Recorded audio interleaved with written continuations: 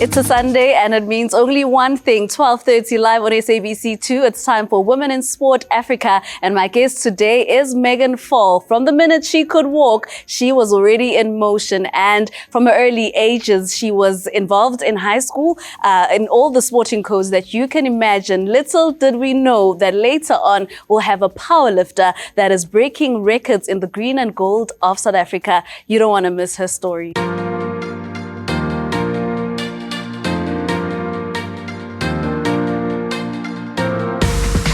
And we have a sit down with our guest, Megan. Thank you so much for chatting to us. So the first line on your bio says, from the moment she could walk, she's been an athlete. And I love it so much because I feel like it embodies and tells a lot. But tell me about those early days of the early moments where you could walk, you realized you could walk, but already there was that element of athleticism in you. So it's funny because my mom always jokes about it. I didn't even have a chance to crawl. I skipped the crawling and I went straight to walking because I didn't have time for that. And I was up and at it.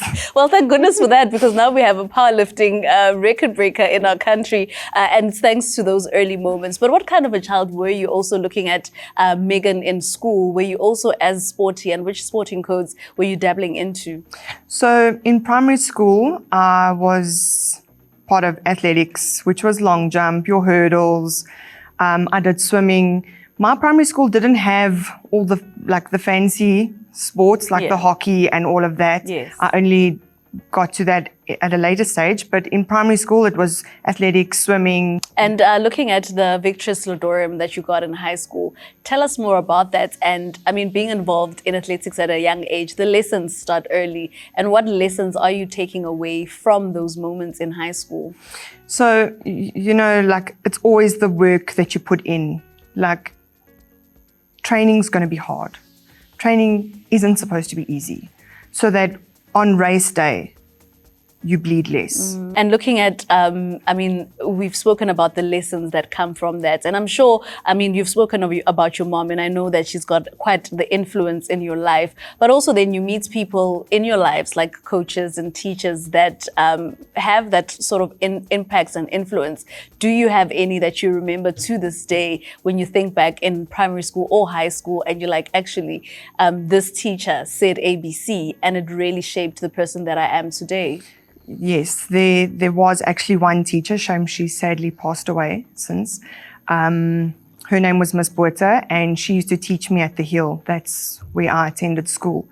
And she would always go the extra mile for me, for other athletes as well, but like, I hold her very dear to my heart. So she would take me to UJ. There's an athletics track there, and I'd get in the extra running off season, so that by the time athletics came, I was prepped and ready. Like in 2008, I think it was, 2008, 2009, I can't remember the snow day, but it was snowing that day, and I got up and I went to go train. And I also wasn't there alone, she was there. So because it was a snow day, running wasn't cancelled. I got up, I walked to school, she met me there, and we put in the work. Sure. Yeah. And that's the kind of, I mean, to be who you are today, it's those little moments that count and have made you get to where you are today, that level of discipline. Yeah. And you can't take it for granted, because, I mean, in high school, there's absolutely no way. And I think I remember that day, that snow, because we don't have a lot in the country. No. So they do stand out, those days when it was snowing. But there's absolutely no way I'd be caught training. But that's what made the difference. Yes, putting in the hard work. That's all it is. Yeah. And then looking at your family life now, does your mom look back and, I mean, the surroundings in your family and think, we knew that one day Megan would be something, she was destined for something great? So my mom actually calls me her mega star. And like, from a young age, obviously I was exposed to the Olympics on TV when it was on SABC 1, 2 and 3. And my brother and I would watch it. And I remember saying to my brother that one day I'm going to be there. Yeah. And, you know, my mom and my brother and my gran, they've always just been there for me. And it's like never about, it's not always about winning, but about finishing, you know. So in grade 2, I did a hurdle race, and this sticks out for me clearly. So I was running the race and I was coming first, and I fell right towards the end. Yeah. And I got up and I finished the race. And I think that was more proud, it made my mom more proud than winning the race, is because I got up and I finished. I didn't quit. I just carried on going. And I guess that's the lesson that you've taken throughout Yes. your careers, because you've also swapped sporting codes from triathlon to powerlifting, and of course rugby, which we'll speak about. But I'm sure that is quite the common denominator, because sport is the same, even though the sporting codes are different. But the discipline and the ability to come back up is what counts for a lot. No, 100%. You know, it's the passion, and it's the always wanting to move and just learn. Like, I can still learn about sports that I've been doing for years. Yeah. You know, you don't stop learning, and that's why I love sports. And that's the difference that it has made. Megan, you also then went into the 5150 series. Tell us more about that and what it means and what you were doing there. So at that stage, like, look, I've done all the sports there possibly is, and I wanted to do something longer, you know. So I remember going on Facebook Marketplace, and I bought a cheap bike. My brother and I went to go fetch it. And I got on this bike and I was like, right, I'm going to do triathlons. And my brother's like, don't be silly. So I got in the pool, I started training, and it was hard. Like, you know, big ups to the people who do the full Ironman. And it's hard, but all of that taught me, you know, you learn different lessons from all of these sports. And that one, you know, like, you need to finish the swim. You can't worry about the running. You first need to finish here before you can move on. Yes. And it almost teaches you patience. Like, you just want to get on the run and finish, but you need to finish this first before we can move forward. So with every sport, I take a different lesson, and I think that's why I'm here today. And that's why you're here today. Our guest is Megan Faul. Started with movements early on in her age, to the triathlon and endurance sport, and to who she is today. When we come back, we continue speaking about her love for sports in general and the work that she's done to lead her to the Megan we know today. After the break, we're coming back here on Women in Sport Africa.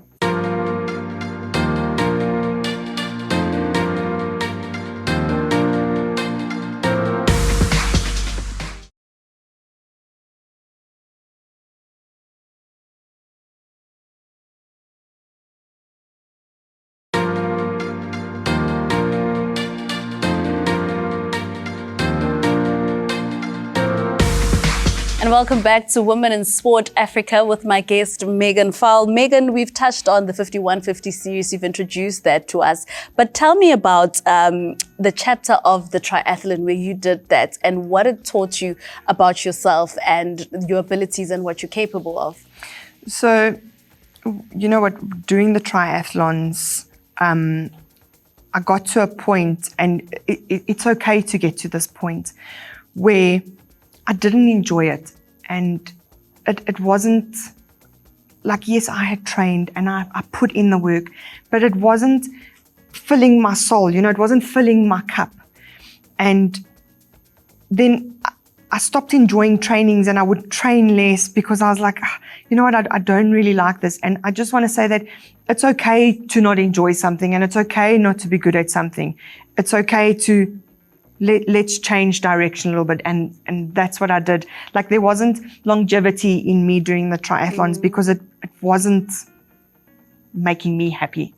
It wasn't making you happy. And I guess what you're saying is that you were saying it's okay that I'm not happy in this space, and it's okay to then change direction, because oftentimes you're always thinking about everyone else around you that's going to say, how we thought you were done with that and you've moved to triathlon. Now you want to leave it again. Yes, you know what? You need to do what makes you happy. So even if there are other people pushing you and you feel like they're going to be disappointed, you need to do what's good for you, because if you don't, you can go into a burnout, and burnouts last for months. And that's the last place you want to be, is in a burnout. And once you've changed direction and you find something that is going to make you happy, you'll realize that it's okay that I left that behind. Yeah. It's okay. It's going to be okay. And that, of course, then led you to what perhaps is some sort of a breaking point, because then you did and got into this Virgin Active grid games. Tell me about these grid games and how then they took you to where you are, to being a national champion and now even a global champion. So grid games, shame it doesn't happen anymore. It only lasted 2 years. It was such a fun competition, and I don't know, maybe it just didn't get the traction that it needed. Yeah. But you know, when you go to like a Virgin Active class, you get those grids in the class. Yes. So that's where it got its name from, right? Where you do 40 seconds work, rest 20 seconds, 40 seconds work of a different movement. And that was kind of the concept of this competition. So I got this pamphlet and it said grid games, and I was like, I need to do this, whatever this is, I need to do it. And I trained for it, and it was fun. And then it was time to do provincials.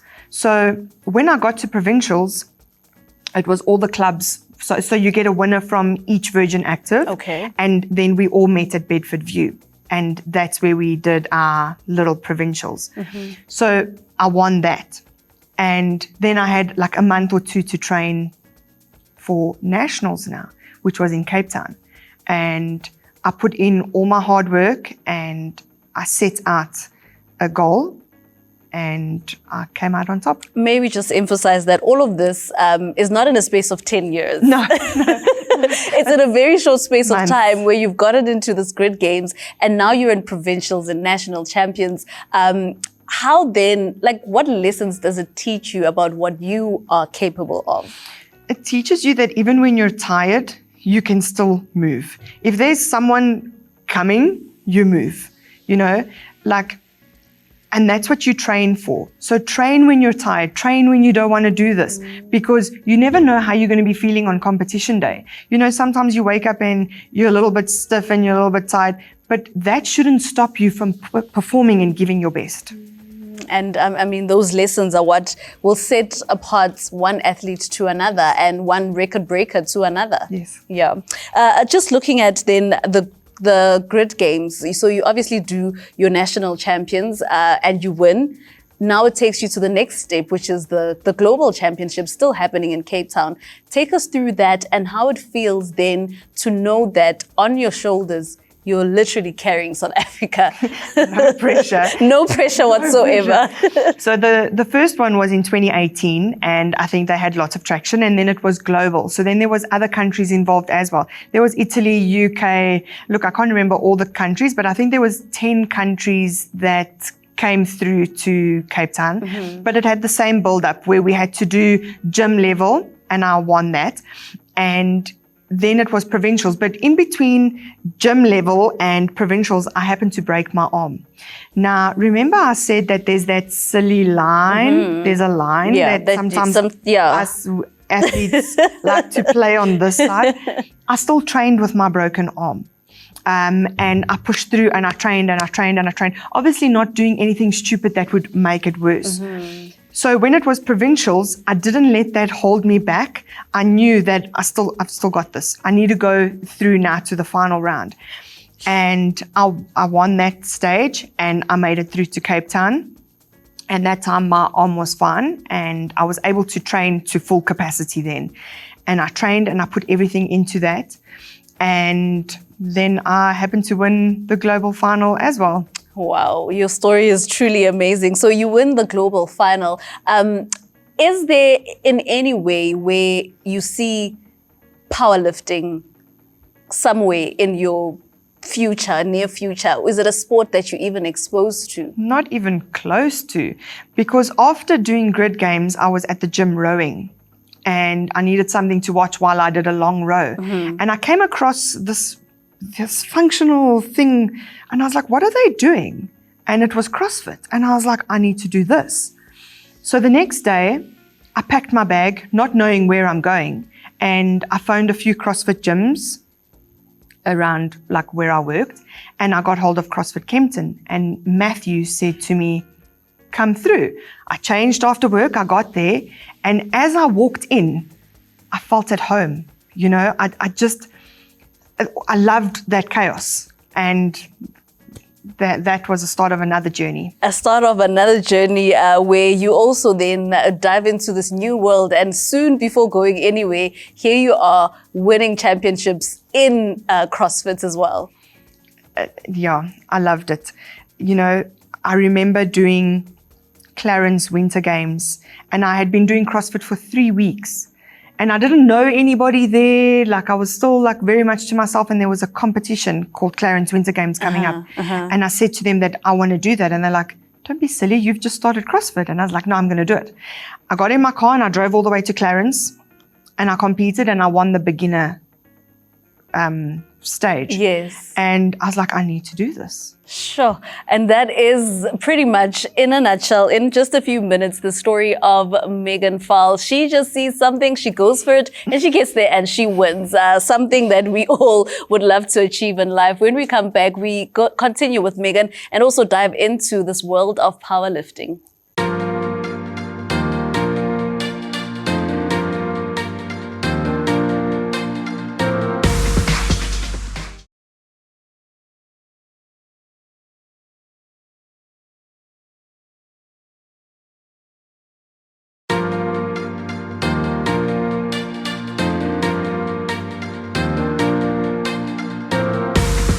We continue with our guest, Megan Faul. This is part 2, and in case you missed the first one, we basically got to establish how your childhood influenced the kind of person that you became through the activities that you did in primary school and high school. Then you got to the Virgin Active Grid Games and CrossFit, doing those African semifinals 3 years in a row. So now, Megan, we are at a point where you're moving from that to powerlifting. But I just want to ask you quickly, there's something about you that's not afraid to try new things, get into new worlds, new adventures. And why is it that you're happy to go and you're not intimidated by new beginnings? Because I always want to learn more, you know, and you're not going to learn if you don't try. So that's why, even if, like when I start, I don't expect to be good, but I ask lots of questions, like many questions, and I'm very attentive. So when you show me something, I'm going to do it exactly like that. Yeah. And I just love learning new things and taking on new challenges, and it makes me happy. So tell me about this challenge that happened in Egypt where you had broken your thumb, and you continued to compete and managed a 4th place finish. Like I said in the previous episode, you know, there's that line Yeah. of silliness that athletes, and sometimes I cross that line. So it was, I flew all the way to Egypt, and I was having the best competition time. I was 2nd on the leaderboard, and we were in day 3 already. And it got to the strength workout where I know I'm going to take this. So in the warm-up, everything went fine. And then we went to the competition floor, and it was my heat. So it was a 3-rep max power clean. So whoever had the heaviest power clean in that allocated time would win the workout. So I was like, this is my jam. So rep 1 goes perfectly fine. I've got 105 kilograms on the bar. Okay. I've done this weight many times. 2nd rep goes well. 3rd rep, as I brought it up, my thumbs broke, and I dropped the bar and I turned around, and this thumb was like almost hanging over there, and this thumb I couldn't move. So I quickly ran off and I ran to the bathroom. I had no way to contact my family because I'm in a different country. So I cried in the bathroom because I didn't want anyone to see me. And I like wrapped it up with bandage, and I was like, I need to finish this competition. So I went back to the hotel and I asked it. And I tried to contact, but by that time I got Wi-Fi and I let my mom know that I'm That's injured. what happened, yes. You know, I'm injured. And I said to her, but I'm okay. I'm going to carry on. I didn't know the severity of this situation. The thumb hanging there wasn't. It was not severe it wasn't enough. a red flag or anything. Not yet. No. Okay, no. sure. It's just a thumb hanging. Yeah. So I strapped it up, and the next day we had a handstand walk race, and I was like, we got to do it. So I managed to handstand walk, not putting pressure on my thumbs. Yes. And I placed very well in that.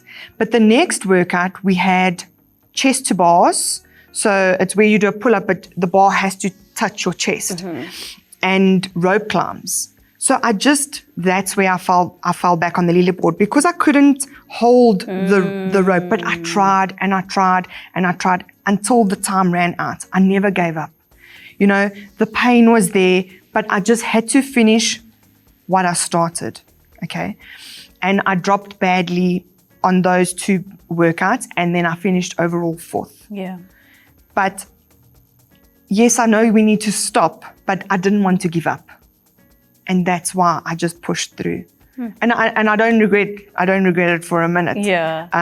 Because that'll always, stick with me. So I came back to South Africa and I saw my physio and she said, you're going for an operation today. And then I got my thumbs fixed. I got both my hands casted. And where was I the next day? In the gym. Sure. On the bicycle. Okay. Nothing using the hands too much. But I was there on the bicycle.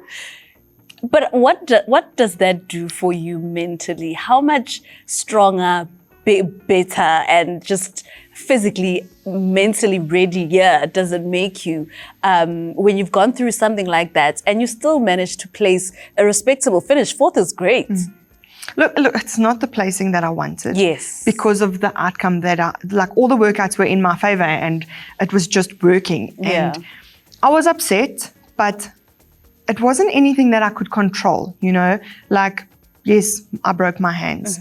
But it almost made me hungrier because while I was sitting on my bicycle for 6 weeks in the gym, I was watching everyone and, you become so hard on yourself because then you almost feel like I'm going to fall behind. I'm falling behind. Everybody else is getting ahead of me. And we put so much pressure on ourselves where we actually need to allow ourselves to heal.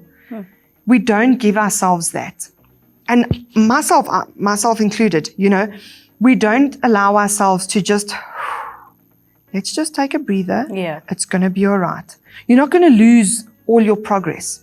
You know what? It's just a small setback, but the comeback is always greater.